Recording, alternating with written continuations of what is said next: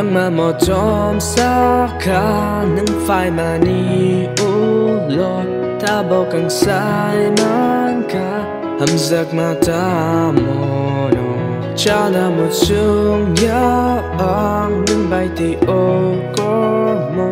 one so go no no ma imang go bo no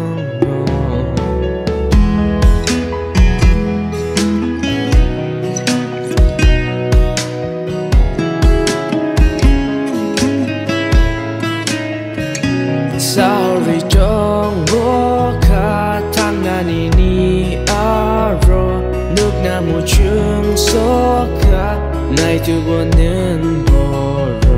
khá là từ nâng thang cả lại khá bằng tổng thọ phá dùng khi phiêu phù nâng mang lại một con mực tươi yo rồ cứ đời khá nâng ngang vai khá tổng thọ giá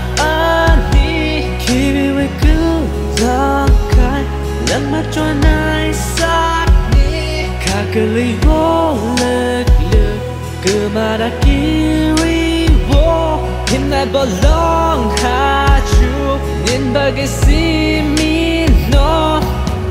Rick này kết sắc ca này Rick sắc có sân phá này bứt sang khi sắc có lấy phai phá năng hiế mấy tông na rừng ya ăn lên nó nó quay khỏi một sự răng phải ở khá lên nó khen on si mi nó một cột khô lo phá nó một trick ca hàm mai ăn nó này tôi phá nó tê ăn này phá ya cột thay kề khá hoa này tê tiếng mà xa này nó cari hà này thuộc bồ roman tôi ya cha ya cari nó mơ được tông này nên thầm giặc mà này bé bạc nó được phái xa đi nên tầm nam răng sắc như gần thì đây ani tâm đừng mang nâng cơ em được xa sẽ lắm ở trong sắc nó hâm ra cái tháng này bé bạc lên mà nó nhìn mà biết tập thế này anh xa mà có ro bé bạc nó cứ bơi ăn nó nhìn bỏ ro kawan na đi chơi khăn nắng ngang vai khát trong tóc giá ani khi bị với cứ ra khai lắng mắt cho nai sát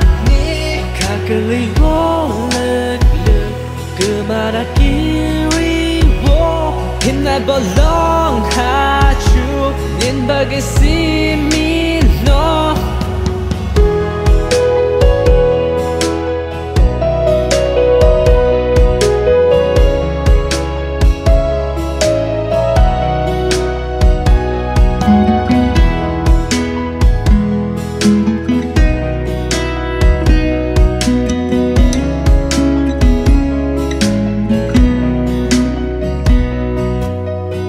Chaya kari nó mơ được tông này nên thầm giặc mà nên bé bạc nó được phái này xa đi nâng tầm nang răng sắc như gần thì đây ani tâm nên mang nâng cơ em được xa sẽ lông ở trong sắc nó hâm ra cái tháng này bé bạc lên mà nó nhìn mà cái tập thế này anh xa mà có ro bé bạc nó cứ bơi ăn nó nhìn bỏ ro kawan na đi cho bờ